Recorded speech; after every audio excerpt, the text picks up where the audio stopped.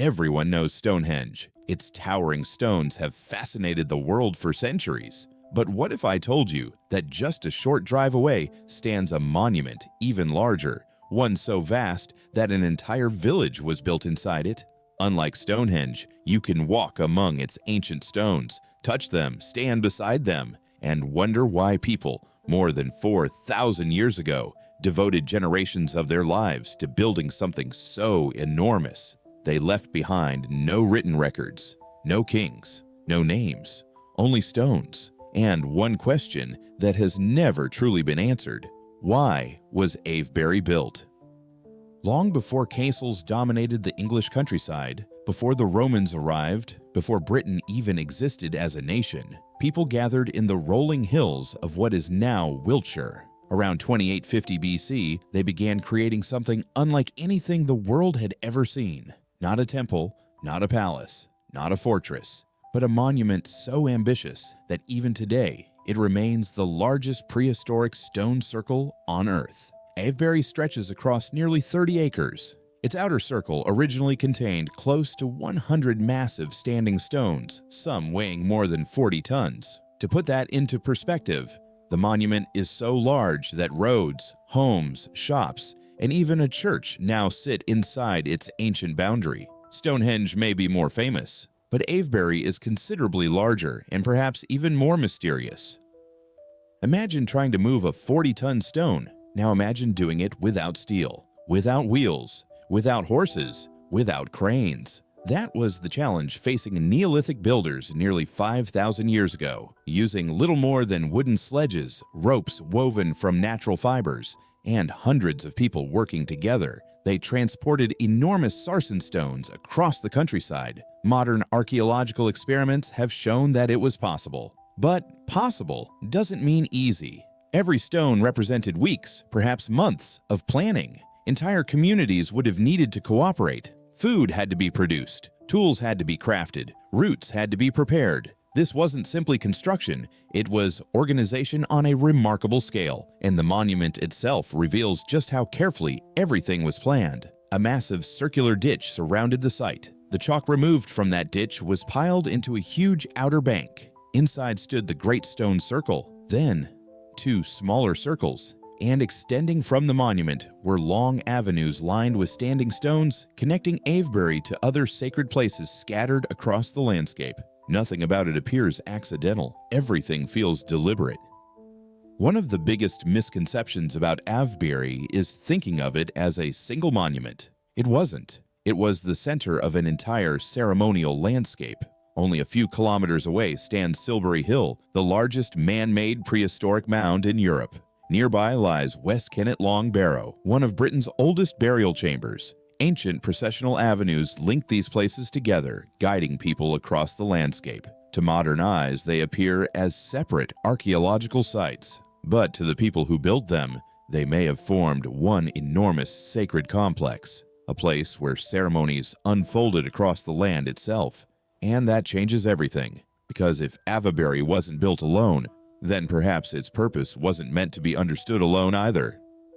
Walk among the stones today, and you'll notice something unusual. They aren't all the same. Some rise tall and narrow toward the sky. Others are broad, rounded, almost sculptural. For generations, archaeologists wondered whether this was simply coincidence. Many now believe it wasn't. Several researchers have suggested that the builders deliberately selected stones with different natural shapes. Some interpreted the taller stones as masculine symbols, the broader stones as feminine. Whether or not that symbolism was intentional can never be proven with certainty, but it fits remarkably well with the wider landscape. Everything around Avebury seems connected to cycles, the changing seasons, the movement of the sun, the generations of ancestors buried nearby, life, death, and renewal. Rather than celebrating one single event, Avebury may have represented something much larger, the continuity of life itself. And perhaps that's why it was built on such an astonishing scale. But if Avebury truly celebrated the cycle of life, why build it here? Why surround it with burial monuments? Why construct an enormous artificial hill beside it? And why did later generations become so afraid of these ancient stones that they tried to destroy them? To answer those questions, we need to look beyond the monument itself, because the greatest mystery of Avebury isn't found inside the stone circle, it's hidden in the landscape that surrounds it. The answer begins just beyond the stone circle. Less than 2 miles away stands an enormous grassy mound that has puzzled archaeologists for centuries. At first glance, it doesn't look remarkable. Many visitors mistake it for a natural hill, but every inch of it was built by human hands. This is Silbury Hill. At nearly 40 meters tall, it remains the largest artificial prehistoric mound in Europe. Its builders moved hundreds of thousands of tons of chalk using nothing but antler picks, wooden shovels, baskets, and human determination. It was an astonishing achievement. Yet despite decades of excavations, one mystery remains. No burial chamber has ever been found. No treasure, no royal tomb. Nothing that explains why so much effort was invested in creating it. Silbury Hill wasn't built to hide something. It was built to be seen. And that suggests it served a ceremonial purpose rather than a practical one. When viewed alongside Avebury, it becomes clear that these monuments were never isolated. They belong to the same carefully designed landscape.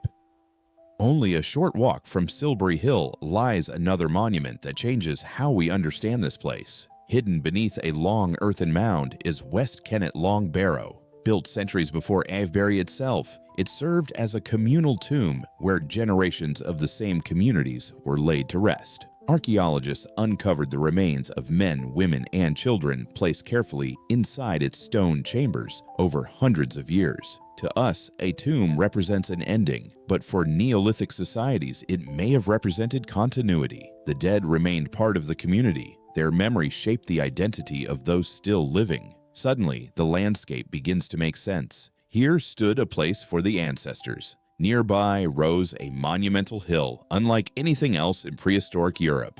And at its center stood Avebury itself, not simply a circle of stones, but the heart of an entire sacred landscape. One that connected memory, community, and the endless cycle of life.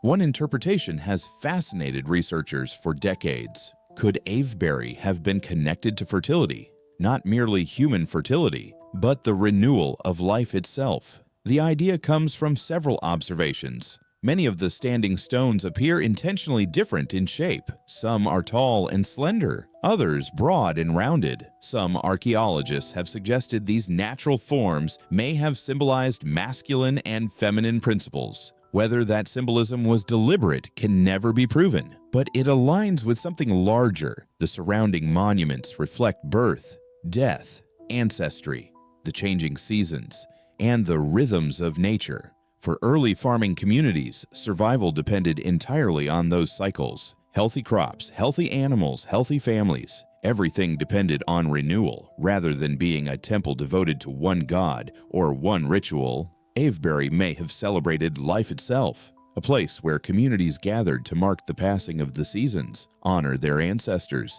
and reinforce the bonds that held society together. Whether those ceremonies focus specifically on fertility remains uncertain, but the landscape speaks constantly of continuity, of generation after generation leaving their mark upon the land. Yet not everyone saw these monuments as sacred. By the Middle Ages, the original meaning of Avebury had long been forgotten.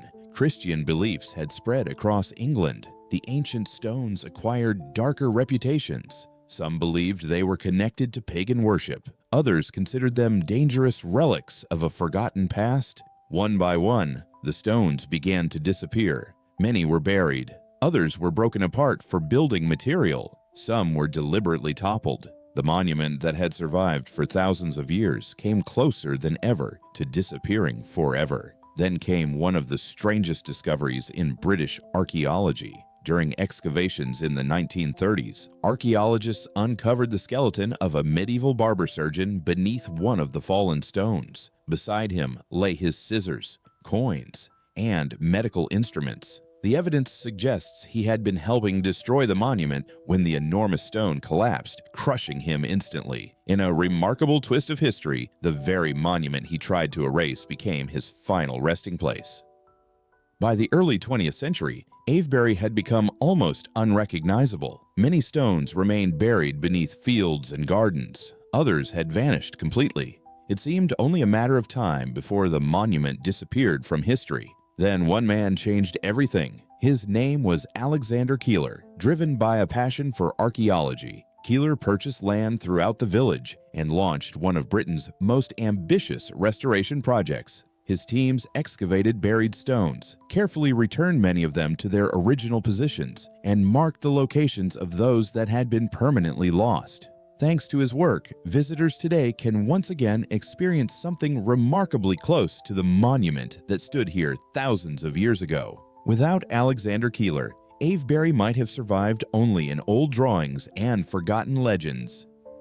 Today, Avebury continues to attract archaeologists, historians, photographers, modern druids, and curious travelers from around the world. Some believe the landscape possesses spiritual energy. Others come simply to appreciate one of humanity's greatest engineering achievements. Science has found no evidence of supernatural forces within the stones. But perhaps that misses the point. The true power of Avebury may not lie in mystical energy, it lies in its ability to make us feel connected to people who lived 45 centuries before us. Standing among these stones, you realize something extraordinary. The people who built this place left behind no written language, no famous rulers, no monuments celebrating individual greatness. Instead, they created something that belonged to everyone, a place where entire communities could gather beneath the open sky. Perhaps that is why Avebury still feels alive today, not because it hides supernatural secrets, but because it reminds us that cooperation, belief, and shared purpose have always been among humanity's greatest strengths.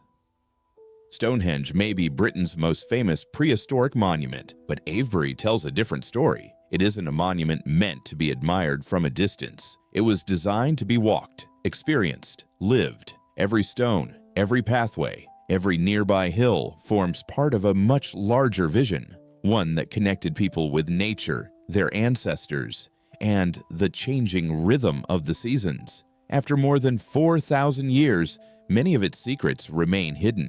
Perhaps they always will, but maybe that was never the point. Perhaps Avebury wasn't built to provide answers. Perhaps it was built to inspire wonder, and after thousands of years, it still does. If you enjoyed uncovering the forgotten story of Avebury, don't forget to like this video, subscribe to Curiosphere, and turn on notifications for more journeys into history's greatest mysteries. And now, we'd love to hear your thoughts. Do you believe Avebury was primarily a ceremonial gathering place, a symbol of life's endless cycle? Or do you think its greatest secret is still waiting to be discovered? Leave your answer in the comments. Until next time, stay curious.